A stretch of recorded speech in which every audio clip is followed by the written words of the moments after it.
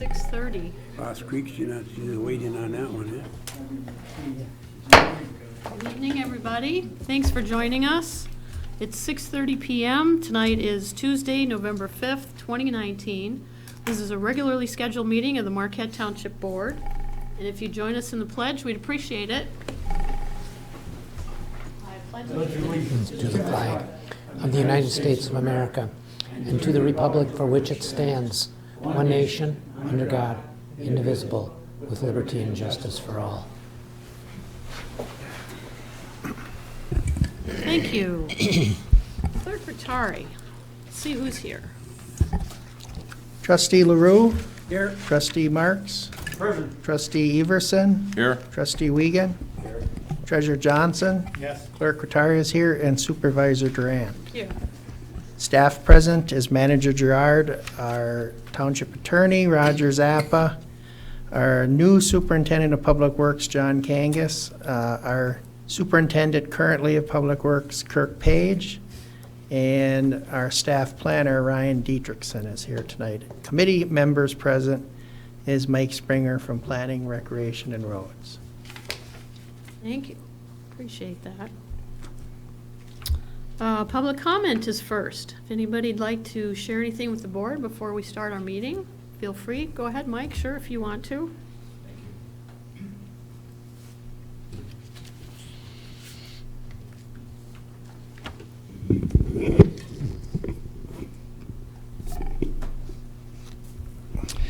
Good evening. I'm Mike Springer. I'm here on behalf of our township's climate and health adaptation task force. So today is November 5th. I'm going to take us on a little short journey back to a month ago when the board first entertained the idea of this Sustainable Built Environment Initiative application. And then you gave us permission to go ahead and apply. 2 weeks later, we came back with an application and more information. And you had the second reading. And we requested unanimous support, which we got both times. And we also had a letter of support from Clerk Rattari the very next day. So thank you for that. The very next day, Clerk Rattari wrote this letter of support on behalf of the board. Got it out the next day. And this was our full application.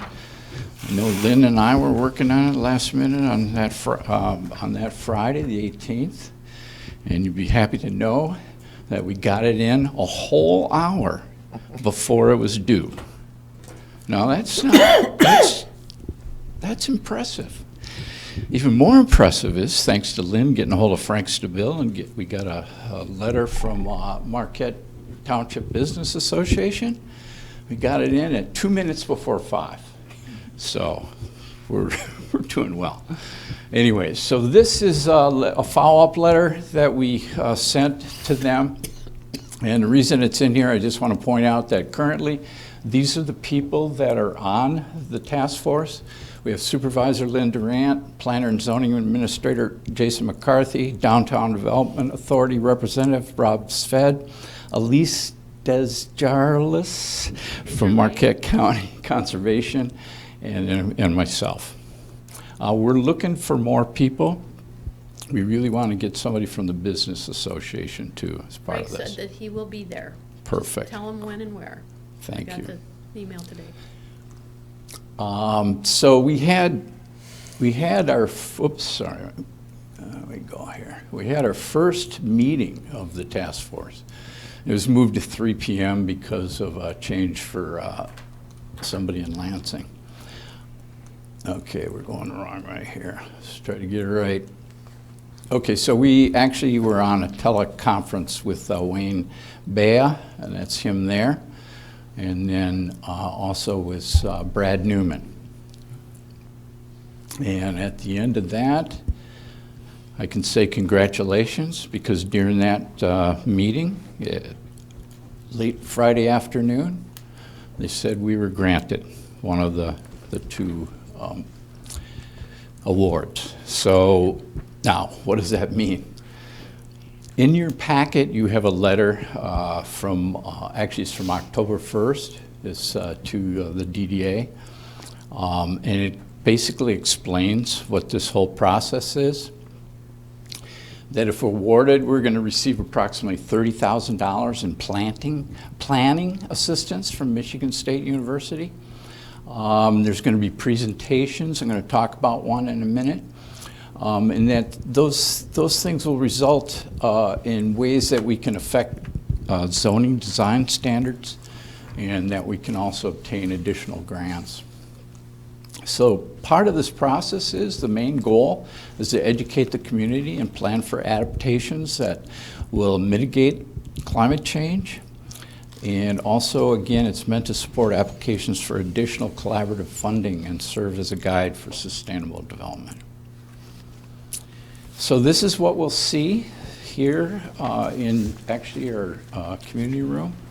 We'll have meetings, and we'll review information.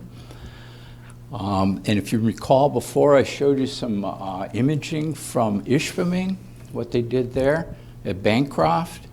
They did a project there where they took the street right along the south side of Bancroft Lake, and they did visioning.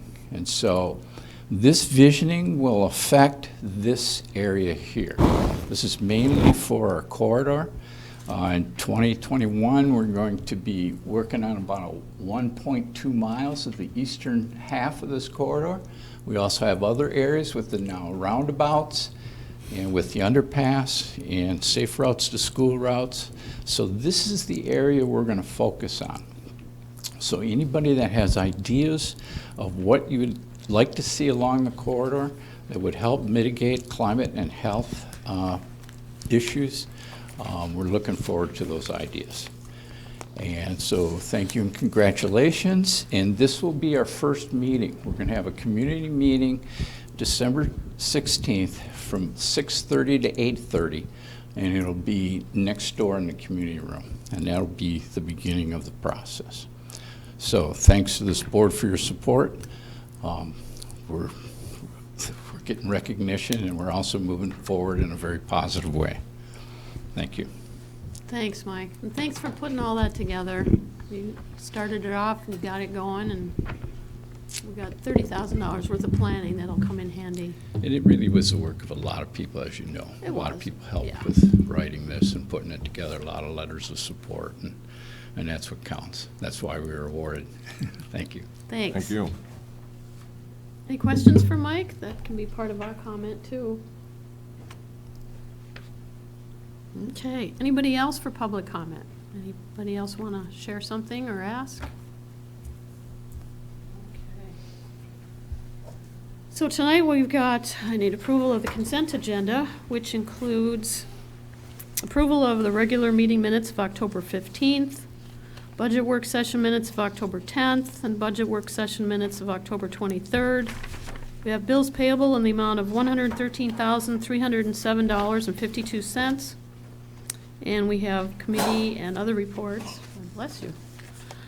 Downtown Development Authority minutes of May 14th and July 9th. We didn't have a quorum, so that's why you've got old minutes there. They weren't approved. Road Committee agenda for November 5th. Accident Workers Fund compensation dividend. We got a few bucks back. That's good. Marquette Area Wastewater Treatment Facility Advisory Board meeting minutes of September 19th. And the Climate Adaptation Task Force meeting agenda for November 1st. Utility billing calendar, Shirley, for November. Financials include a treasurer's report from September, and Randy can read the budget amendment number 2019-09.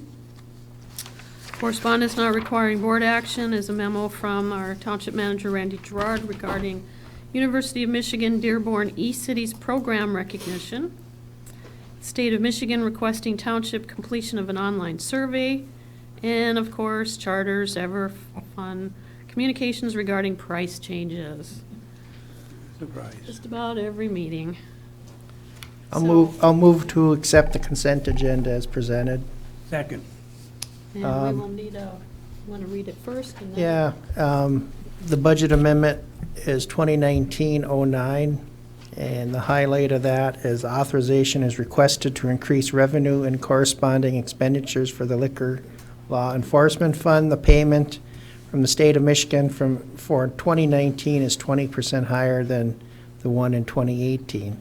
Transfer out to the general fund is to assist the Sheriff's Department in enforcement of the licenses. Corresponding transfer in the general fund is reflected. The increase is offset by increased planning department expenses of attorney fees, supplies, printing and publishing, and lower overtime pay. The difference of $3,430 will come from the fund balance. Okay, we need a roll call vote. Roll call vote is Clerk Rattari is yes. Trustee LaRue? Yes. Trustee Wiegand? Yes. Trustee Everson? Yes. Trustee Marks? Yes. Treasurer Johnson? Yes. Supervisor Durant? Yes. Motion carries 7-0. Okay, thank you for that. And we just need approval of the rest of the agenda unless someone has any changes. A move to accept the agenda as presented. Support. All in favor? Aye. Opposed? Thank you. I'm not aware of any conflicts of interest in anything we're discussing tonight. So let's bring Joe up. 6A is resolution honoring Joe Great for years of service. You guys should really be doing this stuff. Kurt, you should come on up here.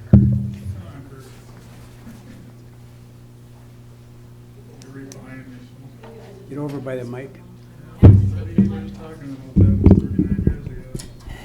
This says 40. Spanning, yeah, for you. Okay. Marquette Charter Township honors Joseph R. Greet. Whereas government in general has an obligation to provide its citizens the best services possible, and whereas township government in particular provides the most direct and personal hands-on services to its citizens, and whereas in recognition of this fact, the Marquette Charter Township first appointed Joseph R. Joe Greet as laborer in the water department in 1979, with progression over the years to service worker and crew leader. This is heavy. And whereas in recognition of his commemorable service to the Marquette Charter Township Public Works Department, Joseph R. Greet has repeatedly provided the township business and residential communities with direct hands-on services for a term spanning over 40 years. And, oh, you're not that old, are you? Sometimes. Just a little. And whereas Joseph R. Greet has retired from the position of crew leader effective October 1st, 2019, now, therefore be it resolved that the Marquette Charter Township Board of Trustees gratefully expresses its appreciation for the dedicated service of Joseph R. Greet, and be it further resolved, on behalf of all of our citizens, the Marquette Charter Township Board of Trustees wishes Joe and his family the best in the future. Proclaimed this 5th day of November 2019. Thank you. There you go, sir. Appreciate it.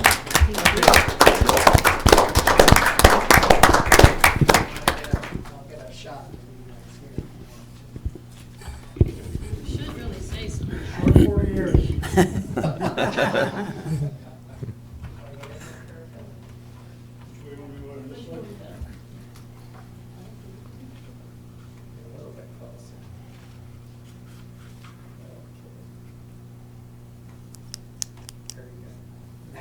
All right, thanks, Randy, appreciate it.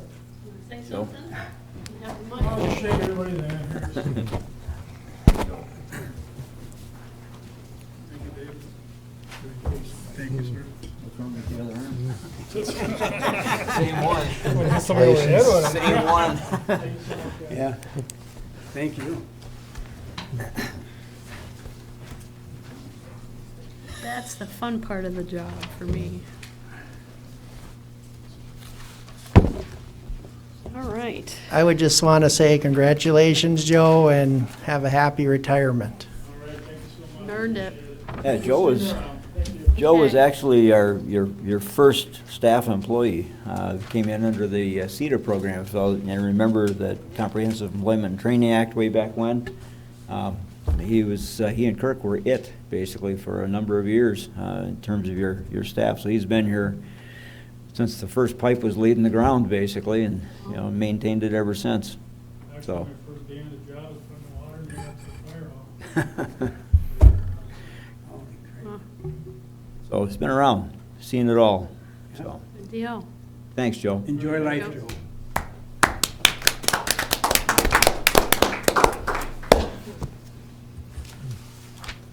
All right. Update regarding Lost Creek service fee. Falls to our manager.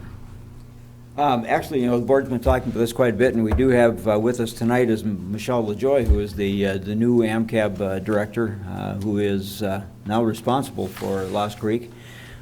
We did have a meeting this afternoon. Treasurer Johnson and Assessor Ranta and I met with Michelle, and we covered a lot of ground, and I think we've come to a point where we know where we're going forward, and basically the Lost Creek is going to establish its value either through an appraisal or basically from insurance valuation, and work with Assessor Ranta to resolve the issue with the service fee. So I think we made some good progress, and we're going to work together to get this wrapped up and get it back to you for finalization. Michelle, did you want to say anything? No, I just wanted to introduce myself, And then we can hear you. okay. I just wanted to introduce myself, just so that you can recognize my face when I'm around the township here. And I just wanted to see who was on the board also. And working with your staff here was very nice today. So hopefully we can resolve the issue, but it's not going to be easy. No. So, okay, thank you. Thanks for coming. Anything you wanted to add, Ernie? No, I think Randy covered it very well in that. Good. Next up is community linkage. What? Dave, you had something? Yeah, Just holler. Go I was ahead. getting ready to. I don't have any lights, so. Turn your light on. Being how we've been dealing with this for quite a while, do we have some kind of a time frame on when this is going to be resolved? Yeah, we established basically by the end of December that we should be able to get back together with an appraisal and establish the value and then recalculate what the service fee would be. Yep. Okay, next up is community linkage. I have a couple things to share. I can do those and see if you do.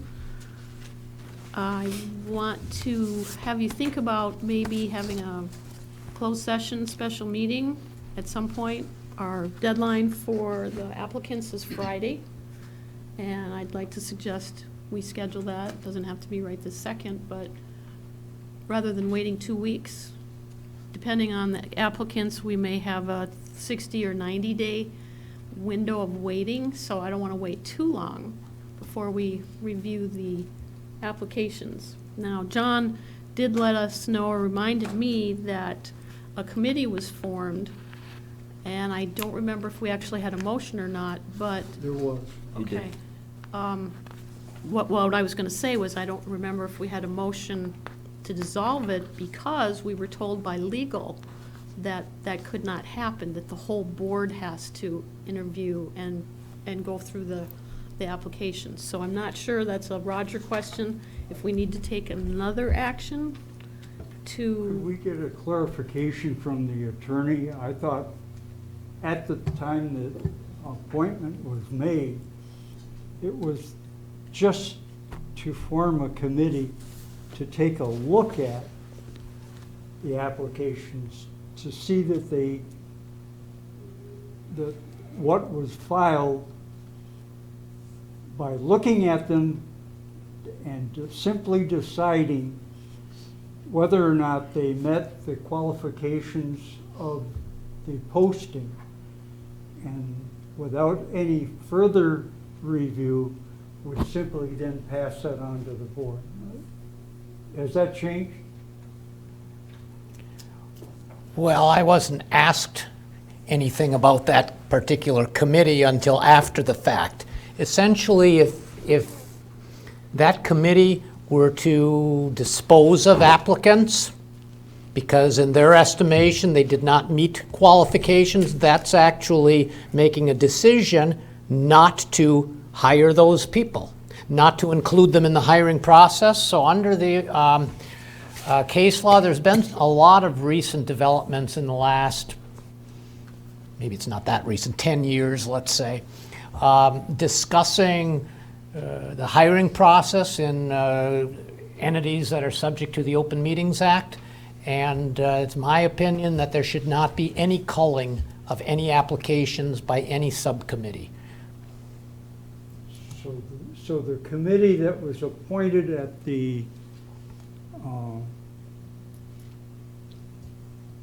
that meeting, in your opinion, cannot exist?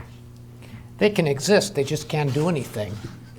Well, all right, but anyway. So do we need an action? That's what I was asking too, because we took an action to do that, to dissolve that? Somebody has to open the damn thing. Well, You delegated that to the clerk. it's the clerk's responsibility, being the communications person for the board and the township. He's the one who let us know that he has applications. Randy? Yes, me and Roger talked at length on this item after the fact, and it was my opinion, or I guess my opinion at the time, that the committee just don't meet. And then you can't do anything anyway, so rather than, because you gotta put it on the agenda and everything else, just don't meet, and it's not gonna go any further than that, because it's not lawful what they can do, and we just won't do it. So that's what I decided when I was talking to our attorney, so. And we hadn't met. We hadn't done anything. But I don't know if we need an action to dissolve the committee. Is that important? There's nothing wrong with making a motion to dissolve the committee, but if the committee is basically not doing anything, I'm not sure that it's an administrative necessity. Okay. Just want to Because it's at close our loops. it is my understanding that in fact the committee has done absolutely zero at this point. So there's no violation of anything, but it was run past me after the fact, and that was my opinion. Okay. So, Dan? Just wondering at this time, I know we got a few more days, but how many do we have at this time? I haven't counted them, but I think we have maybe about 10 at the time, this time. Dave? Are we going to establish a process here tonight and how we're moving forward? Well, I guess my question is the board going to have a meeting to look at the open applications and consider, is that a closed session meeting? yes, if they've requested confidentiality, and I believe we have some. So does that mean we look at all of them in closed session? No, if they have not requested confidentiality, we cannot.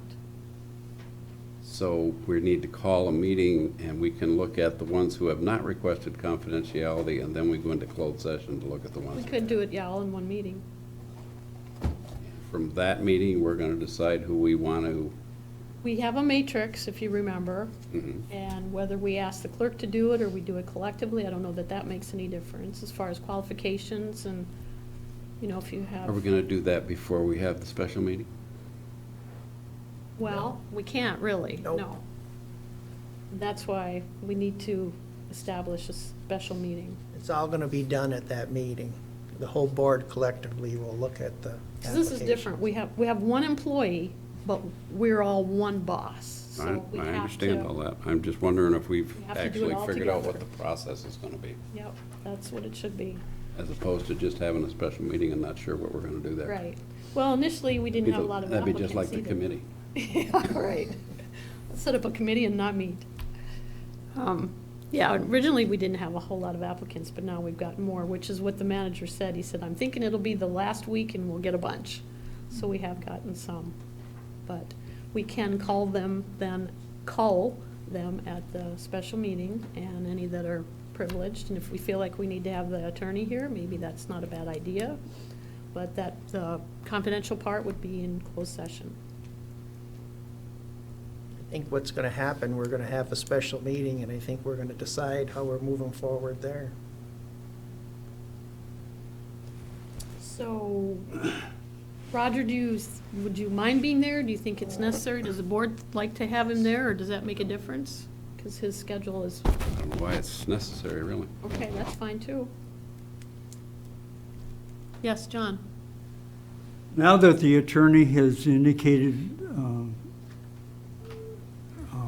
that the committee can't function as it was intended at the meeting, I think we should move to end the committee. I think it should be dissolved. Let's get that behind us. Is that So a motion? Sounds like a does- motion. Is that a motion? That's a motion. I'll support it. Anything else? All in excuse me, all in favor? Roll call vote. Okay. Roll call vote is trustee Marks, Yes? trustee Johnson, Yes. trustee LaRue, Yes. trustee Wiegand, Yes. trustee Everson, Yes? clerk Rattari is yes, and supervisor Durant. Yes. That motion carries. The committee is now dissolved. Okay. That done. So, So now, if you've got calendars, we can set up a special What is the meeting. actual deadline for the, 5 o'clock Friday this week.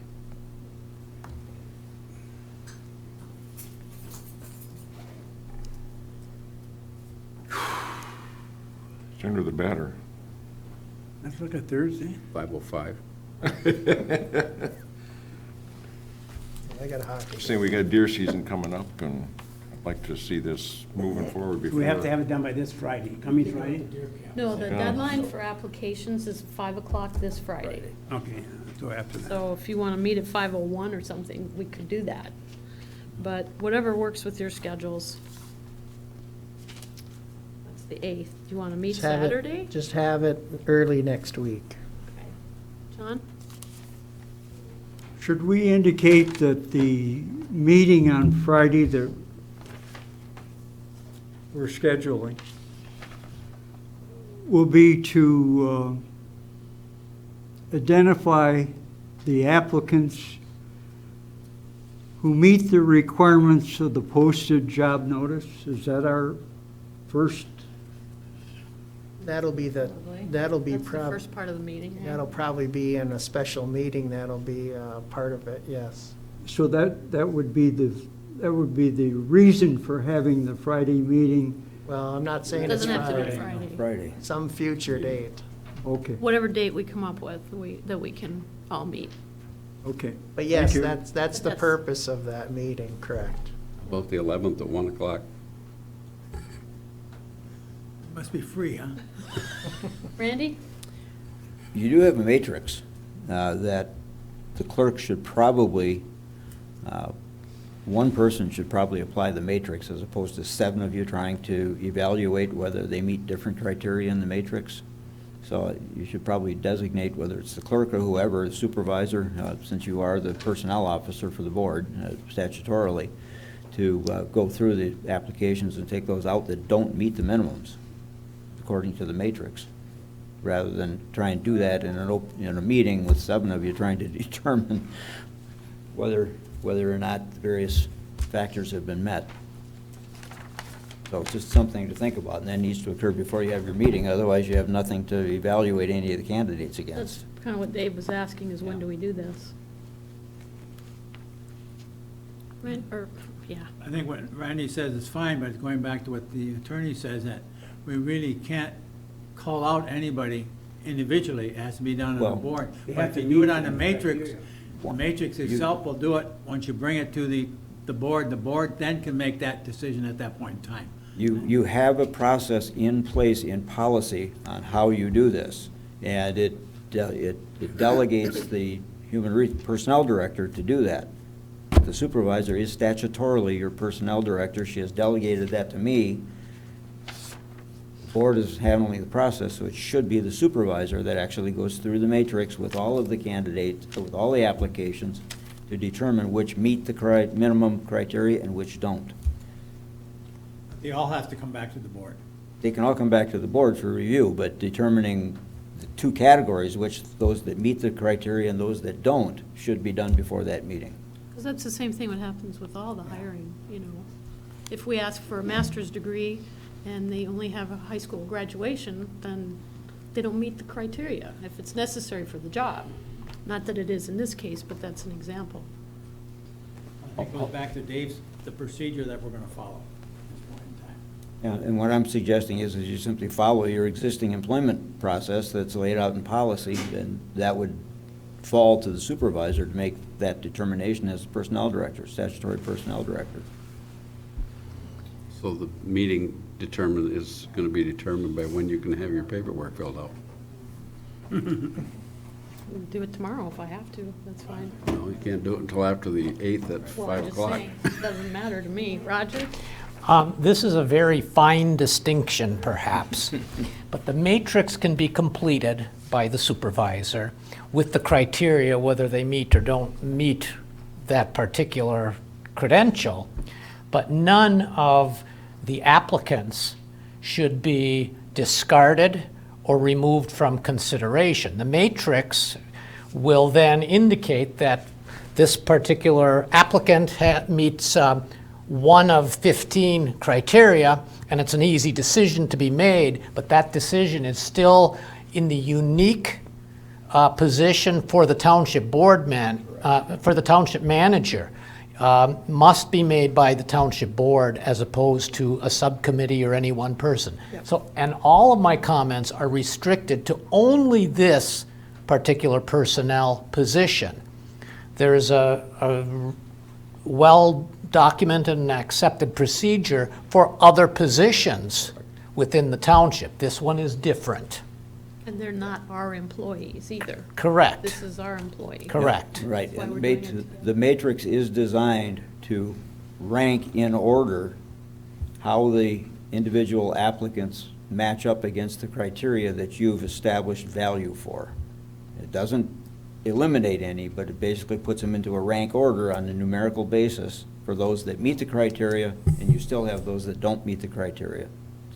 So what if we have, excuse me one second, Dave, what if we have, the point system is 15 and we have somebody that's a 13 and the board really wants the person with the 13? Do we You can still do that. have a problem with that? No, all that it does is it ranks their qualifications. When you Right. get into your interview process, then you get into all of the other things besides the base qualifications. We're not The restricted ideal to that. candidate that you want to see. If somebody meets that, and you go through the interview process and that doesn't change, I mean, we've all seen situations where people are great on paper, but they can't carry a discussion. So, I mean, you know, that is what the interview process is for. This preliminary screening criteria simply puts you into a listing by the number of the attributes that you've identified as valuable in a rank order, basically.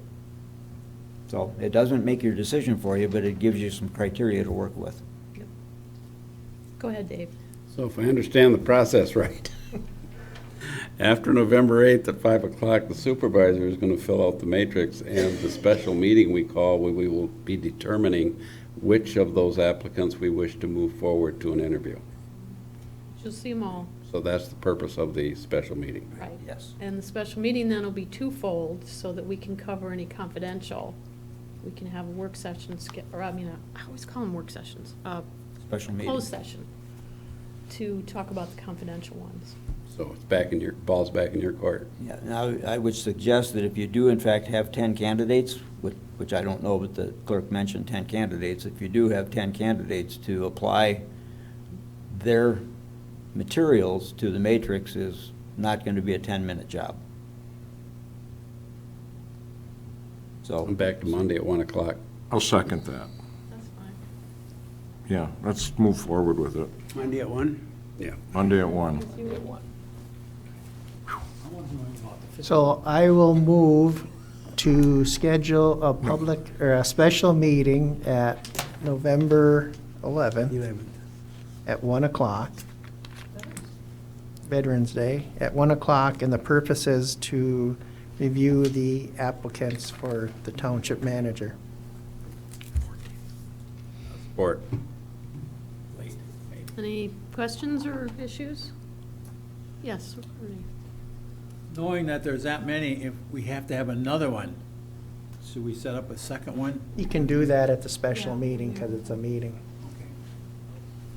Have it at 3:00. Okay. All right. All in favor? Aye. Opposed? Thank you. All right. I know, but we do need to get going on this. That's what really worried me. The other thing I want you to think about is policy governance. We know we've adopted that. I didn't really get too much into the calendar this year because we had a lot of things that we were working on. We had our policies in place. We did review them a little bit at the beginning of the year. And John Carver kind of recommends the platform of a calendar spreadsheet type where you review everything every month. So we kind of got away from that. But I just want you to start thinking, I'd like to have a meeting after the first of the year and do some little, it doesn't have to be an in-depth strategic plan unless you want it to be. If you want to bring somebody in, spend a day or an afternoon or something like that, it's up to you. But, we've got forward-thinking things that we've got to plan for. We've got an election next year. Some of us might be here. Some don't want to be here. Some may want to be here. We don't know what the year's going to bring, but we still have to keep thinking about the township, what's happening, our 5-year vision or a 10-year. So just keep that in the back of your mind. I want to schedule something for January so we can have that discussion. Another update is that I have a meeting tomorrow with our census representative again, and she and the federal government are recommending that we put some kind of a committee together and bring a bunch of community leaders, participants, businesses, attorneys, doctors, teachers, and put a committee together on how to educate the public on the whole process of the census next year. So in my discussions with her and a little bit with Randy too, we kind of realized that we're not one of these great big communities that has a whole bunch of people available to do that at the drop of a hat. We can get,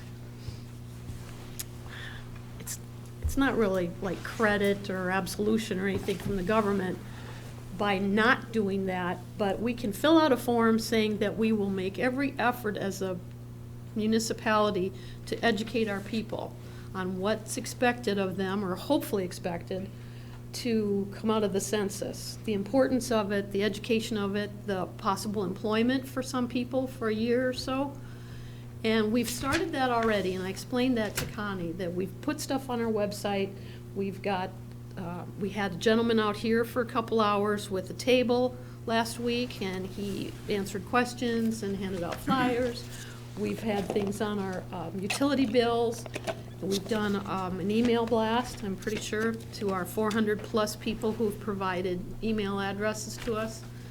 And she said, wow, that's a great first step. That's awesome. I can meet with you, we can sign off on this, and if you want to continue those kinds of actions, since we're such a small area, we don't have to go through this full-fledged committee of meetings and, a lot of work that some bigger communities have those kinds of volunteer opportunities. And I told her, I said, we have just enough volunteers to cover our little committees that we have, and it's hard enough to do that. And I know I got to get going on that too this month.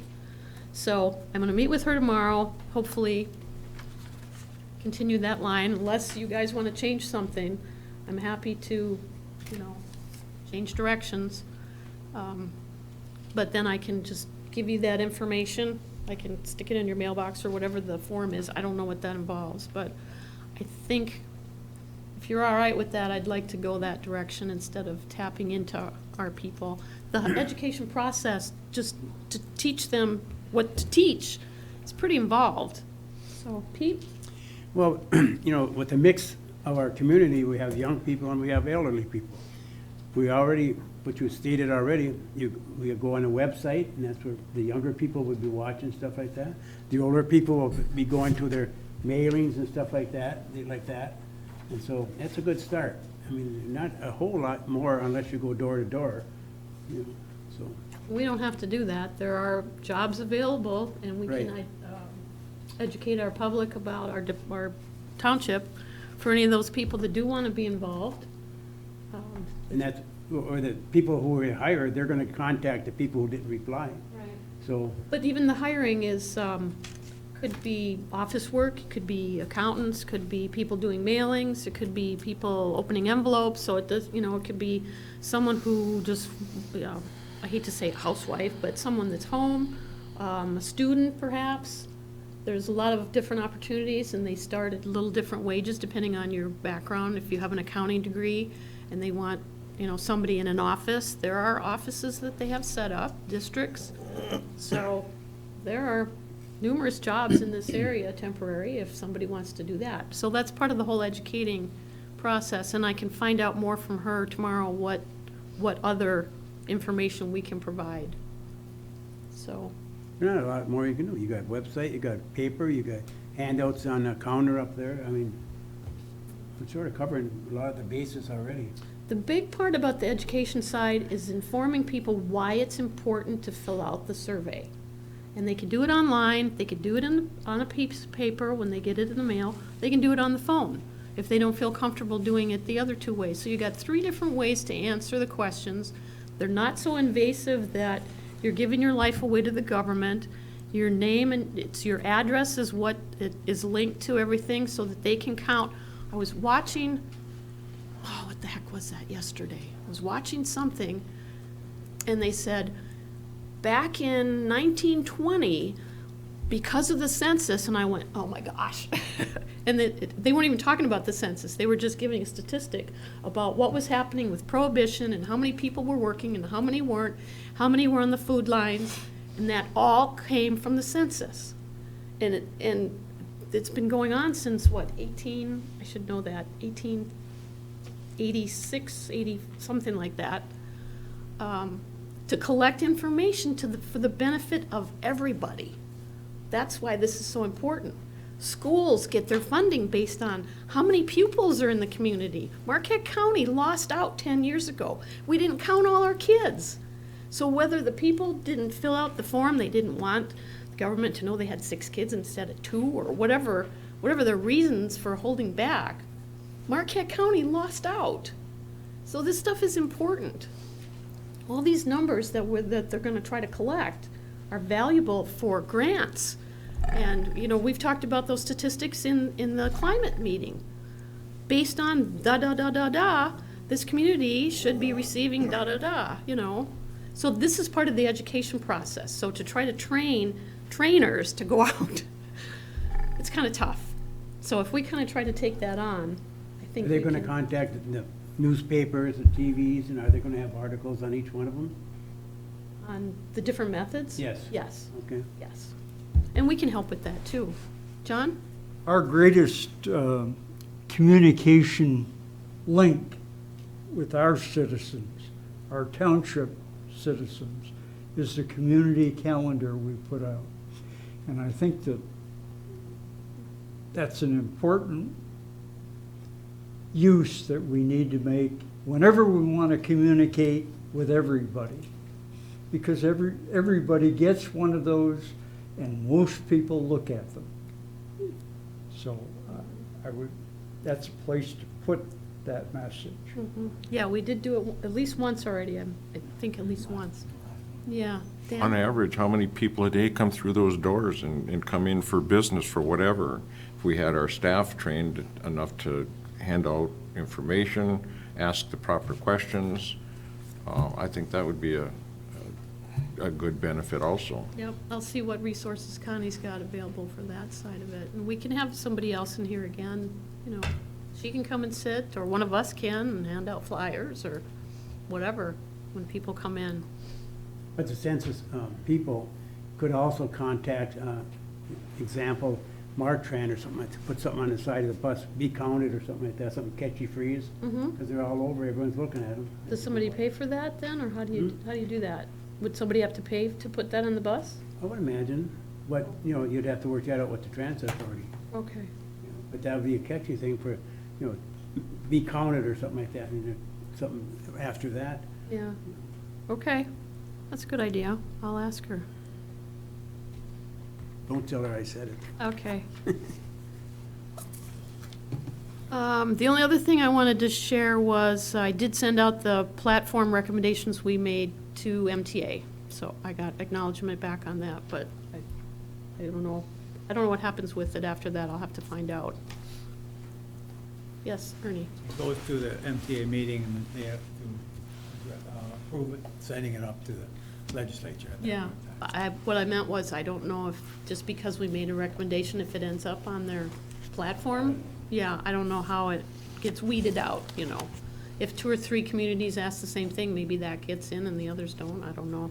It goes to a platform committee Does it? Okay, at MTA. okay. And how long do we have to advertise this What's that? before the census? You know, how much time do we have? It starts April 1st, Okay. so kind of, Well, just like any other in advertising and promotion, you go so many weeks with the same message, then you stop it for a while, then you come back, because if people come in, for example, to the front desk and they see papers over there, I already seen that, too. But you have to cut it off. Coca-Cola used to go 8 weeks off, 8 weeks on. yeah, So you don't want it something that's there all the time, because then it's old hat, yeah, so. okay. Randy? Just a reminder that by the end of the day tomorrow, all the roundabouts should be open, fully operational. The Mining Journal today and Upper Michigan Source today both have information regarding the roundabouts and cautions. MDOT, you do have in your packet the last MDOT update regarding the roundabouts. They issued another one this afternoon. I sent it out by email. I provided that to our receptionist, and then she's sending that out by an e-blast as well to the residents. I've heard a number of comments about why are we bothering with all these roundabouts and what are they doing? I like the old traffic lights. Well, the old traffic lights killed 6 people in this township, and that's one of the reasons we have roundabouts. People are consistently running red lights. This red light out here at Commerce, you can sit there and watch car after car run the red light, turn into the mall or turn into Culver's, for that 5 seconds. So that's the purpose of roundabouts. You will no longer have head-on or T-bone crashes on the section of US 41. Traffic will slow down, at least for the roundabouts, maybe not between them, but at least for the roundabouts, and will provide safer access to the businesses that are along the highway. So that's the reasons for the roundabouts. Driver behavior is the reason for the roundabouts. Distracted driving, speeding, running red lights. So if you want to know why, that's why. Good, thanks. Anything else you're hearing from the community we need to work on or look at, or we're good? Okay. Okay, I'm just gonna check. Ryan, have you checked, have you broke those sections? Okay, very good. We're good then. All right, board committee updates. What do we got, Dave? Plan? There's no committee updates. We haven't had meetings since our last board meeting. We did have a road committee meeting tonight, but that'll be a next board meeting. Okay. That's roads, rec, and planning, right? Mhm. Okay. Randy, you want to share events? I've been adding that on because it's almost year-round. I do have, in my manager's report, I do have some on events, but we do have a meeting. The committee meets tomorrow afternoon at 1 o'clock. We are in the final stages of planning for the Christmas tree lighting event, which is going to be November 26th between 6 and 8:30, Westwood Mall parking lot. The tree will be coming down tomorrow. The tree is on our Wellfield property, so we'll be harvesting the tree tomorrow and getting that ready to put up. We have Super One will again be providing all of the food and cookies and water, pop, those kinds of things for the event in the Westwood Mall. Same as last year, tree lighting. We've got music, seasonal music that'll be going on, live music. It's just made another fun event. Hoping for weather, good weather, as opposed to what we've had the last couple of years. It's been pretty chilly, but. So anyway, this year we're before Thanksgiving, before Black Friday, November 26th, 6 o'clock to 8:30. Plan on being there. It'll be a good time. Great, thank you. We also have in tonight's packet the draft committee reports for the Marquette County Solid Waste Management Authority, their agenda for October 23rd, and the regular board meeting minutes of September 18th. I got a notice today that they canceled their November meeting because of lack of agenda items. How sad is that? They've got a $6 million project in the works that's not funded yet. I'm sorry. Let me move on. Downtown Development Authority meeting minutes of October 8th. That's in there. Consider replacement and improvement of financial reporting. You did ask for more information. We did start using our board action items, which was pretty cool for this agenda. I'm just Not this one. backing up. I know, but I'm just saying what we're doing with, how we're improving what we've got financially. You have a, what did I do with my spreadsheet? I gave it to our 2 superintendents of public works. This is pie in the sky. This is not something we have to do. It's a recommendation. I talked to Lois. She thinks it's great. It's workable. I don't know if you have any questions on it.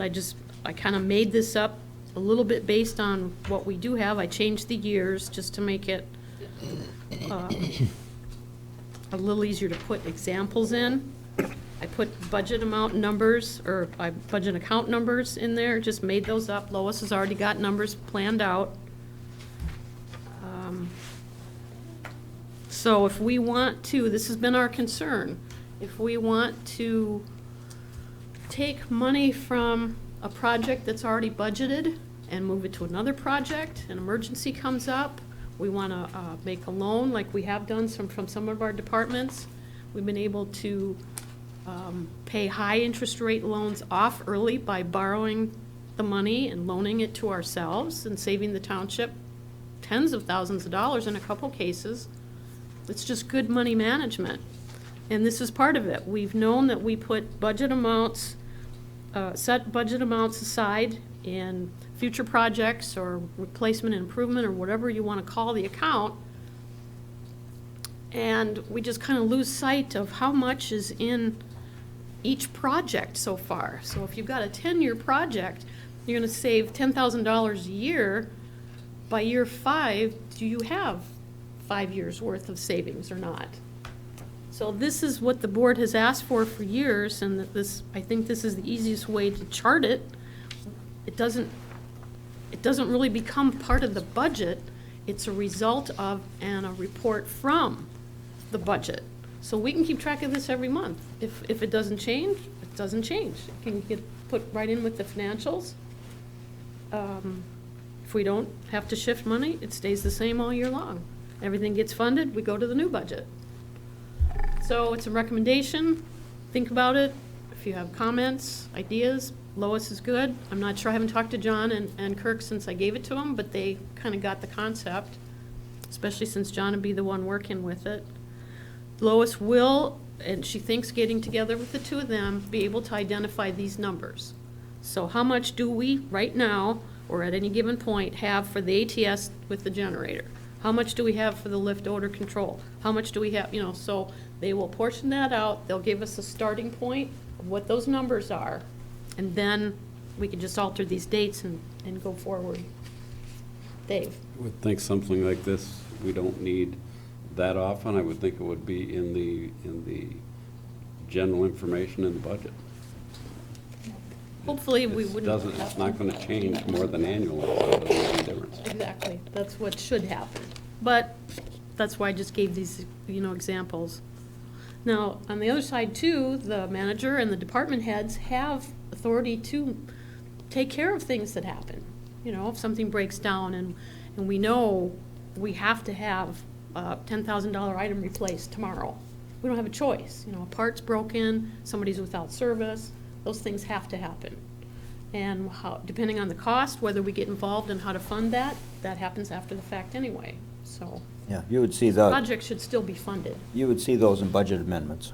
Right. They would come through as a budget amendment for your approval. And realistically, in the Public Works, as Supervisor Durant mentioned, in the Public Works area, you have a 24/7 requirement to have water and wastewater operational. So if that occurs, that's not something we can wait for a board board action. So I'm authorized by your budget resolution to be able to transfer up to 10% of the budget to cover those kinds of emergency type situations. But they would still come back to you as a budget amendment, and your decision would be where you transferred money from.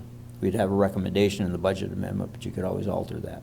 And then that day, as Trustee Wiegand mentioned, then you would have a revised copy of that form once you make that decision.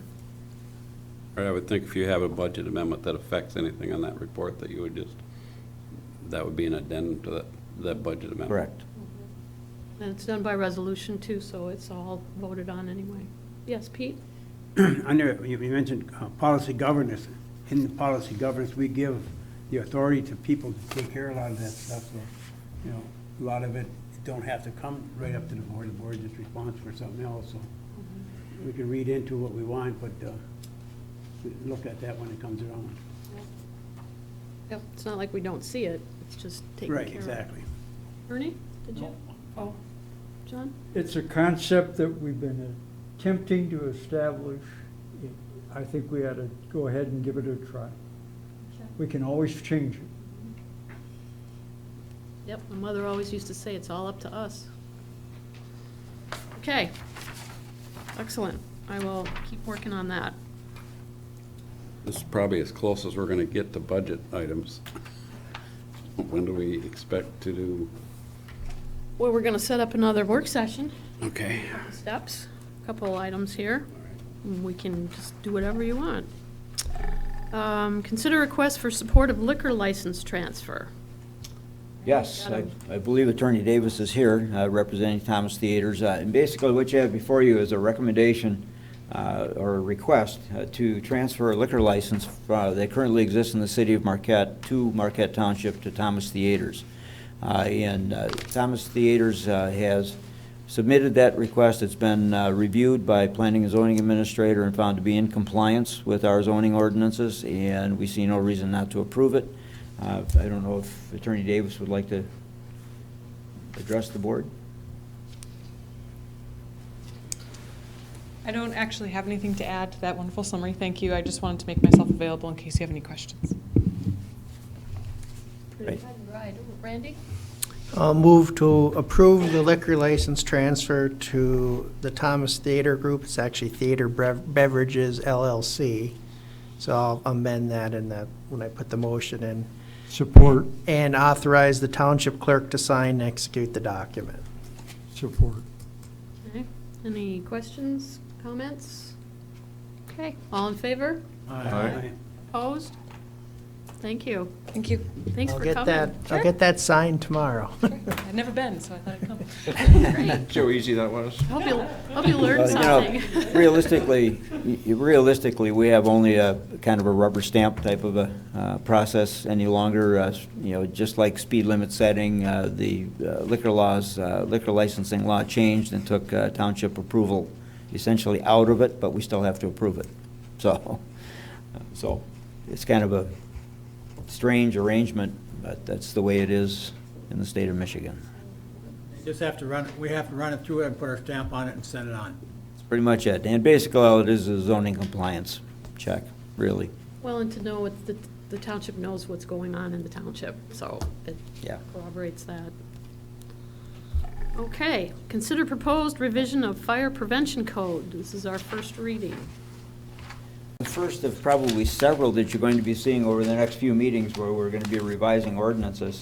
This basically came about as a result of a grant that the fire department received. I'm one ahead. This basically is a result of some false alarms that have been occurring and not being corrected, the cause of the false alarm not being corrected. So what we're proposing is that the fire prevention code be amended to provide in two paragraphs, basically, that number one, Beyond 3 false alarms in a year, uncorrected false alarms in a year, you will then, the individuals or the organization would then be charged for the full cost of the succeeding responses.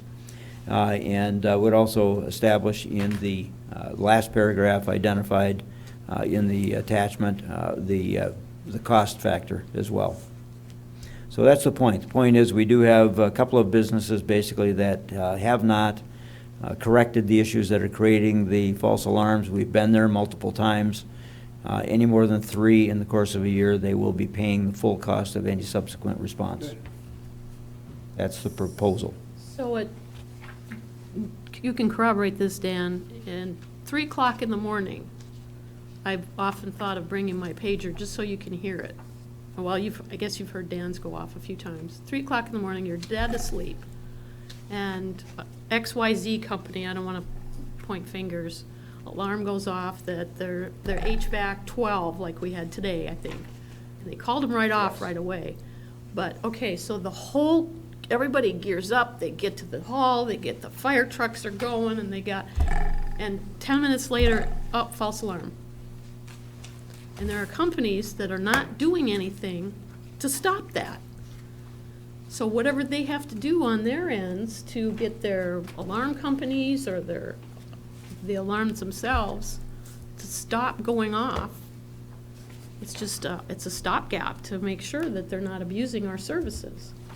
It is, absolutely is, and it's expensive. I mean, I'm sorry, go ahead. No, go ahead. I just had my hand waiting. It is expensive, and it's frustrating. This is something that's been in place in the city of Marquette for 15 years. Long overdue. Mm-hmm. Long overdue. Yes, Randy? I'll move that the proposed revisions to Section 3 and Section 6 of the Fire Prevention Code be approved as a first reading, that the revised code be designated as ordinance. I'm going to actually change that because it's going to be adopted on the 19th. It should be 11/19/19. And that the second reading be scheduled for November 19th, the board meeting. Support. Just my comment is, the reason I changed that date is because any ordinance that we have is, that number is the date is adopted by the board. Correct. You had your hand up. Yeah, just wanted to bring up, it's a good stop, because our fire departments, the volunteer, are having a hard time maintaining people. And not only here, but Across the country. we're lucky that we don't have that big of a problem, but all around you're having problems. And if you have people running out for nothing, leaving their families and that, it makes it worse. So I'm glad to see this and they can cut it out. There are mistakes that happen, and there are accidents. There are always That's something, different. yeah. These are the repeat offenders. Right. They're not doing anything to stop the process. It didn't seem to be that bad a few years ago. I mean, we would have maybe 1 or 2 in the year that would have multiple false alarms. It's gotten much worse over the years. And again, from not maintaining their equipment. And this'll get their attention in a hurry. Yeah, I hope so. How do we notify them of this then? Do we send all of the businesses a copy of the new ordinance, or is it just Not, posted oh, or yeah. in the paper? When they get a bill. Yeah, it's basically, it'll be published, it's an ordinance, it'll be, the revision will be published once its final second reading takes place, and those that are the targets will be advised. Good. John? I think we shouldn't go by this without mentioning that when the alarm goes off, the volunteers respond, and our vehicles go on the road, and everybody is at risk. And it's a dangerous time, and we need to recognize that if it is really not needed that they be out there, somebody should pay for causing that to happen. So I'm supported 100%. So as an amendment, we need a roll call? Not as a first reading, no. Okay. Second reading. So just all in favor? Aye. Opposed? Thank you. Consider joint water rate study for Marquette Township and the city of Marquette. We all know what this is. We've done it quite a few years now. Yeah, absolutely, John. Give us a heads up. Okay, so we're nearing the end of the current agreement that is in place that sets the wholesale water rates for the water that we purchase from the city of Marquette. I'm embarrassed to say that you don't have in front of you the final agreement to sign because there was a little bit of back and forth. We have a version that says Marquette Township on it, but the final version we received for Attorney Zappa to review said the city of Marquette. So we still have that detail to iron out, but if you are in support of this action, we would request that the supervisor and clerk be authorized to sign that agreement upon approval of Attorney Zappa. So the township's share of that price would be $14,785. It's a not-to-exceed price. And the consultant is Raftellus Financial Consultants, Inc., the same consultant as used in prior years. Their fee is increased slightly. I think 3 years ago it was $28,000, if I remember right. So $1,570 increase over 3 years. I think that's pretty typical of what we're seeing. Yep. Now, as you'll recall, we have a long-term water supply contract with the city of Marquette, and that has a provision in it that each 3 years we have an independent outside source come and evaluate the cost of production of the water by the city to establish the price coming to the township, and then that price is good for 3 years. And that's where we're at right now. Raftellus did the last study. I think the last 2 studies Raftellus has done, so they're very familiar with our systems, and they're very familiar with some of the issues that arose previously to watch for non-recurrence. John? This is a motion that we make every couple of years. It's an action that we need to go through. So with that, I'll move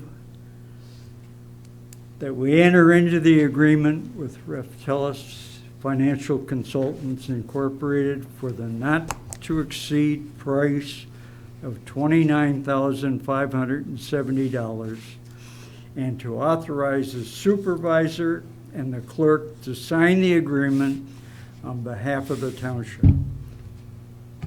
knowing that half the price will be paid out of the water fund account number 591-558-801,000, and that the other half will be paid by the city of Marquette. I'll second it. So their total price is $29,570. Correct. We're paying half of that, and then half of that goes out of the water and the wastewater. No, just water. All water. Okay. No wastewater. They don't cover any of it. Okay. Yes, Ernie?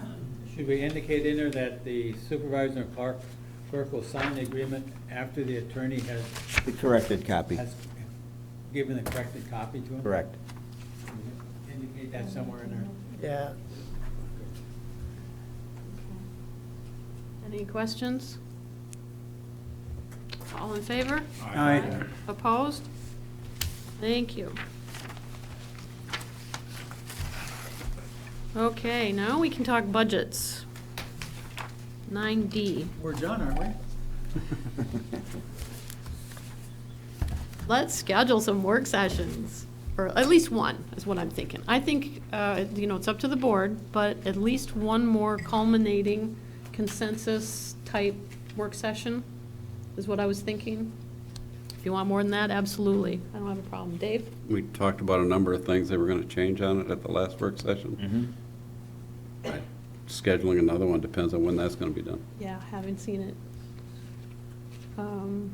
Well, we've got the terms, we've got the definitions that we were asking for. We have a way to split up our financials. I'm trying to think what else. What are we looking for? What were you looking for? John took all kinds of notes furiously when we were talking about that. Yeah. He redid the format when I asked him to. We were talking about changing the life expectancy Yep. number. That's part of that There's other just a number of report. things that, from that meeting that,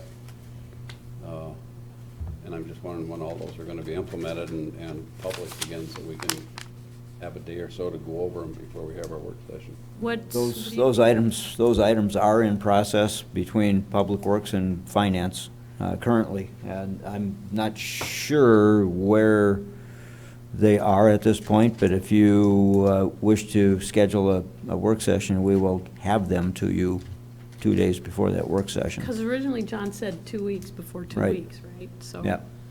But it's not like you haven't been doing anything else. I agree with what Randy just said. We'll have it ready, as long as it's not tomorrow morning. Friday? I would say by Friday, Yeah. it should be doable, especially since Lois is in the office this week. Yeah, Lois just got back from vacation. She was on vacation for a week, so that put him back a little bit. But yeah, I mean, if we can target having the information out to you by end of day Friday. How dare her take a vacation? So, yeah, I was gonna say, so next week. We do it at 12 o'clock on the 11th. I don't know if an hour's long enough, is it? No. Okay. I'm thinking 2 hours at least. How about Tuesday? Tuesdays, we got a county meeting at 10. Tuesday or Wednesday? How's your schedule, Randy? It's fine. Not Wednesday, Thursday, or Friday. Good. Tuesday at 1? Talking the 12th, Yes. Guys are killing me. 1 o'clock? 1 o'clock? You say? Okay, What's the matter with, so 1 o'clock, Tuesday, November 12th, for a work session. You want to just say general budget? John was questioning the time. 1 o'clock? John, is that all right with you? yes, but I don't know She why. was talking to John back there. Oh, that job. Oh, sorry. Sorry We just about kind it. of went like that. so. We could easily meet on Monday at 11 o'clock or something and get it all over with all at one day. No. Mondays are tough for me. That's part of my Okay. work week. What are you saying, 1 o'clock Tuesday at on the 1, 12th? that's hard enough. I'll have to do payroll Monday night. So, you want to just make it a general budget? That's probably the easiest. Yeah. So I move to schedule a budget work session Tuesday, November 12th at 1 o'clock to discuss the fiscal year 2020 budget. Support. All in favor? Aye. Aye. Opposed? Thank you. Next. Good to vote no on that, didn't Nope. All right. And if we think we have to have another one, we can wait till the 19th and schedule it then. We'll see what we get done. Authorized disposal of replaced firefighter helmets. Tell us, Randy. You have before you a fairly short request. Basically, as board members know, we received a grant from KBIC for the purpose of replacing personal protective safety equipment. One of the major items that we need, or in need of replacing, are the fire helmets that our firefighters utilize. They're about 15, 16 years old, and are in varying stages of, I don't want to say disrepair, but they're wearing out, basically. And what I am proposing is that the new helmets have been ordered, and upon their receipt, I am asking for authorization to declare the current helmets obsolete and dispose of them.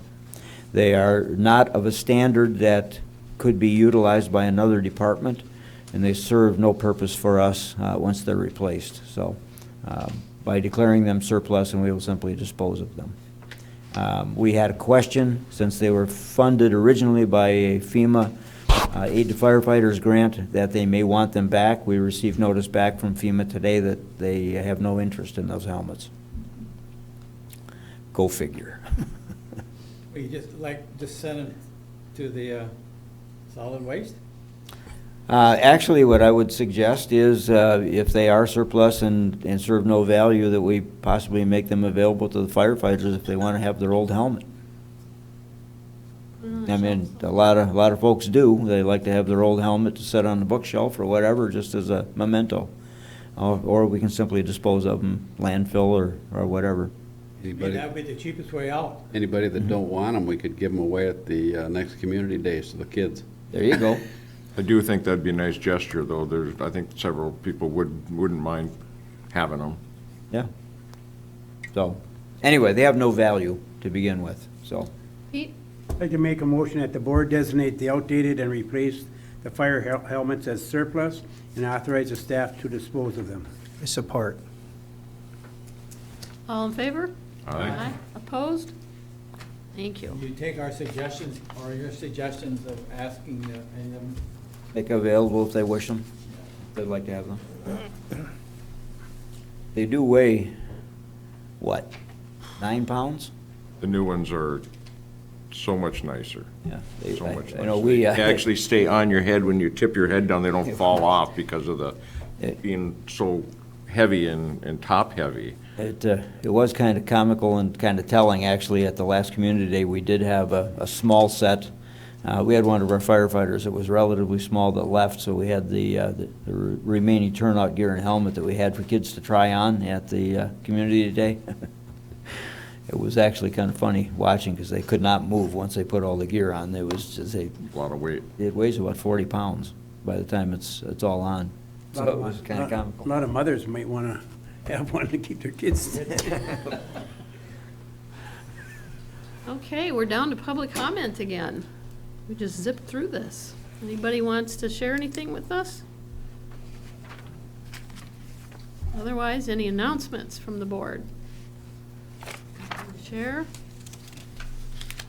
About our manager's report, you want to run through that? Not very long. One of the cautions that we've been talking about basically is for those folks that are out and about and utilizing the remote areas of the township for recreational purposes.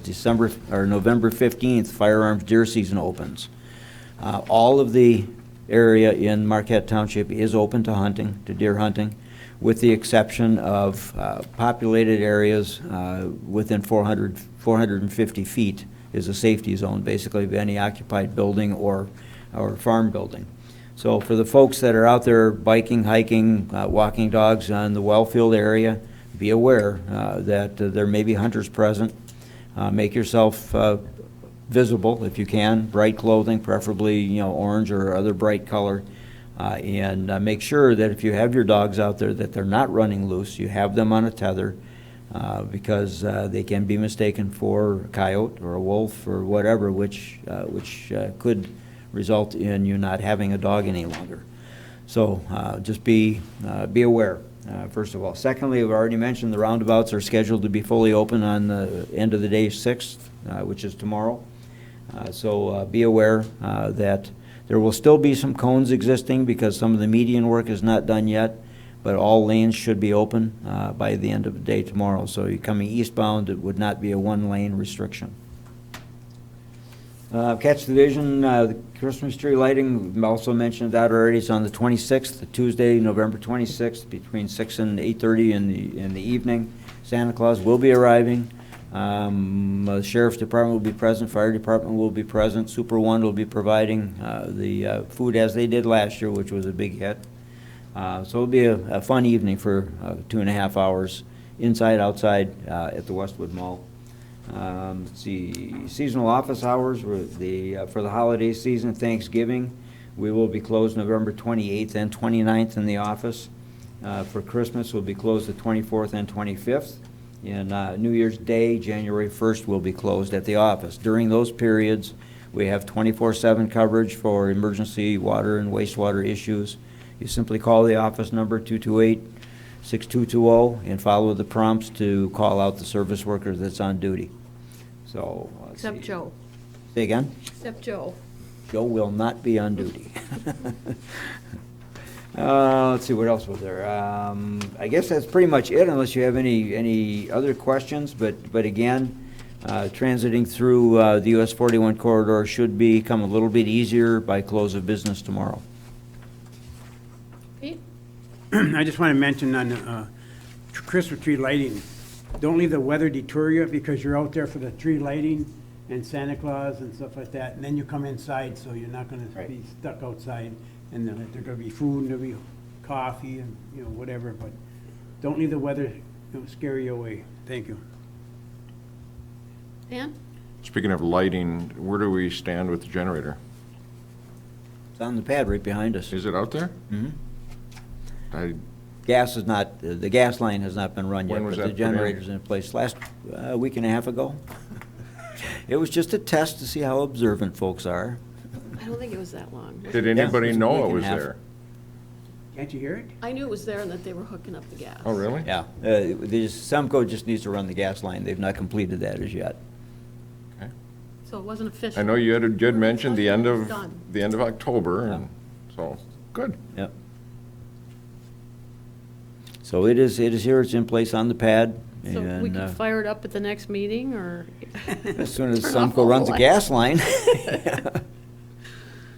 You know, that, I don't think we should just pass by this. 8 years ago, Lynn Duran, as a trustee, was asking about the generator. Yep, we have, And every other trustee at one time or another, through the years, has tried to get it into the budget as best they could.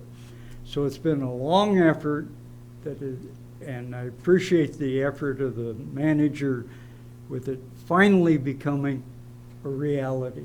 we've And- been gradually building up a fund over the period of Yeah, that 8 and- years because we could not find any grant But funding. it should be something that we have wanted for a lot of reasons. We want it for our citizens.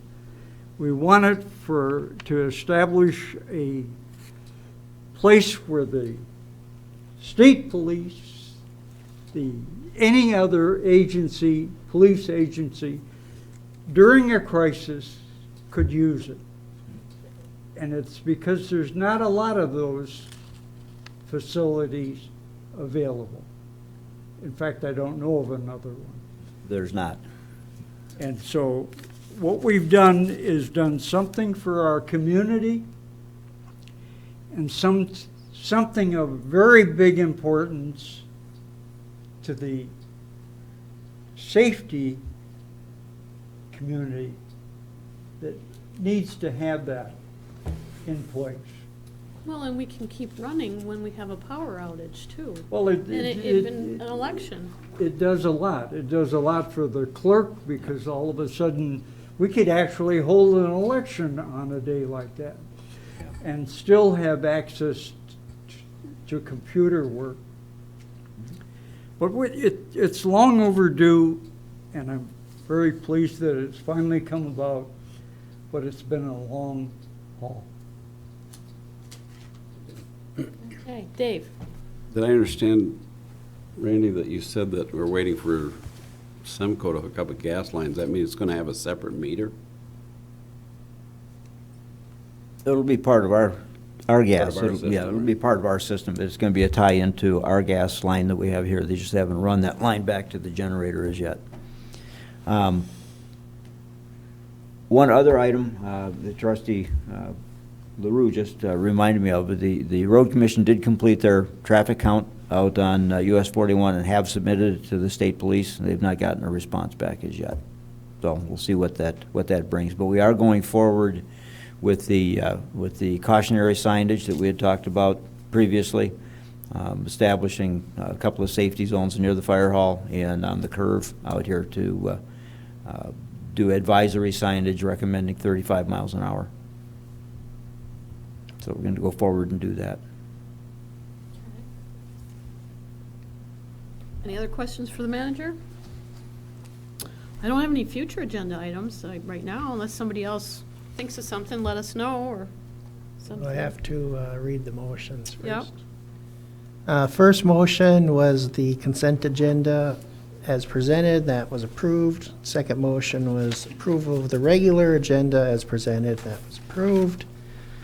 The third motion was to dissolve the manager hiring or applicant committee, that was approved to dissolve that committee.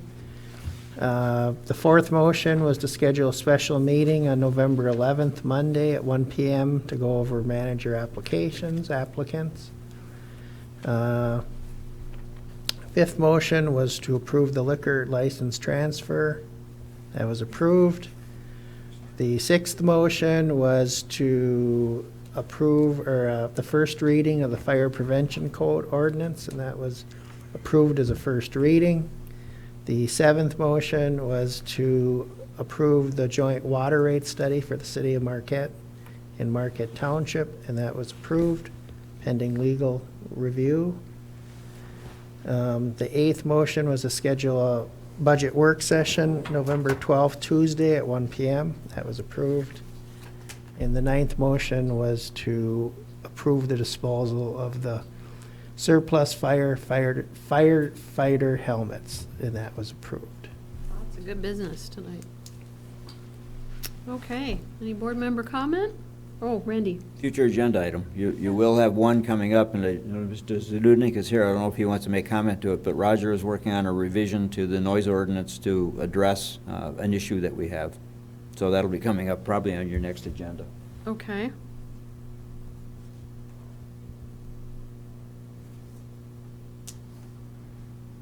Any comments then? Ernie?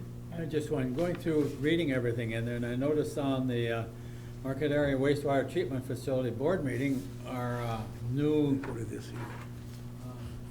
Superintendent of Public Works. superintendent has been elected to be the chair of that committee. I don't know if that's good or bad, as far as he's concerned in that. But he's the new chair of it. Yeah, point that out. Yes, Pete? For the board, if everyone got it, about on December 19th, 9 to 1:30, Upper Peninsula Traffic Safety Network meeting. It's going to be here at the Township Hall. Anything else? I move to adjourn then. 7:56, do we have a second? Support. All in favor? Aye. Opposed? Aye. We are adjourned. You're outvoted. Thanks for Someone coming, say no? I everybody. didn't hear a no, but. Yeah, he said no, but he's outvoted.